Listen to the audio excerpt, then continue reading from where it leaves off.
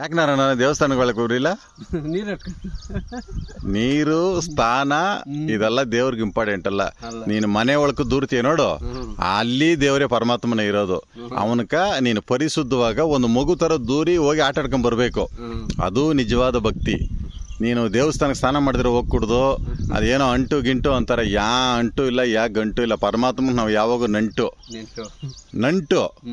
ರಕ್ತ ಬಂದ ನಾವು ದೇವ್ರ ಮಕ್ಕಳು. ನಾವು ಆ ದೇವ್ರ ಮನೆಗೆ ಹೋಗಕ್ಕ ನಾವು ಯಾವಾಗೂ ಎಲ್ಲಿನೂ ಖುಷಿ ಪಡ್ಬೇಕೆ ಬಿಟ್ರೆ ಏನಕ್ಕೂ ಯೋಚನೆ ಮಾಡಕ್ ಹೋಗ್ಬಾರ್ದು. ಇವಾಗ ನಾನು ಸ್ನಾನ ಮಾಡ್ದ, ನಾನು ಸ್ನಾನನೇ ಮಾಡಿಲ್ಲ. ನಿನ್ ಮುಂದ್ಗಡೆ ಹೋದ್ನಲ್ಲ ದೇವಸ್ಥಾನಕ್ಕ ಬಂದ ಇಲ್ಲ, ಹೇಳು, ಮಾತಾಡೋ. ದೇವಸ್ಥಾನ ಹೋಗಿ ಮುಕ್ಕೊಂಡು ಬಟ್ಟಿಕ ಬಂದ ಇಲ್ಲ, ಅದು ಧೈರ್ಯ, ಅದು ಭಗವಂತನ ಭಕ್ತಿ.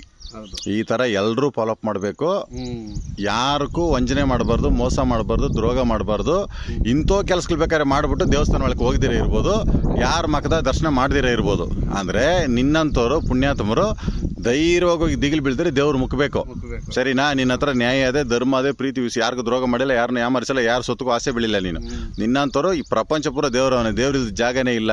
ಧೈರ್ಯವಾಗಿ ದೇವ್ರ ಮುಖ. ಇನ್ಮ್ಯಾಕ ಸ್ನಾನ ಮಾಡ್ಕೊಂಡು ಮುಕ್ತಿಯಾ? ಹೆಂಗಿದ್ರೇನು ಪರಮಾತ್ಮ ನೀನ್ ನೋಡ್ಕ ಅಂತ ಬಿಡ. ನಮ್ಮ ಅಪ್ಪನ ಮ್ಯಾಗ ಭಾರ ಹಾಕ್ಬಿಟ್ಟು ಹೋಗಿ ದೇವ್ರ ಮುಖ ಬರ್ಬೇಕು. ಓಕೆ, ಸೂಪರ್ ಅಣ್ಣ.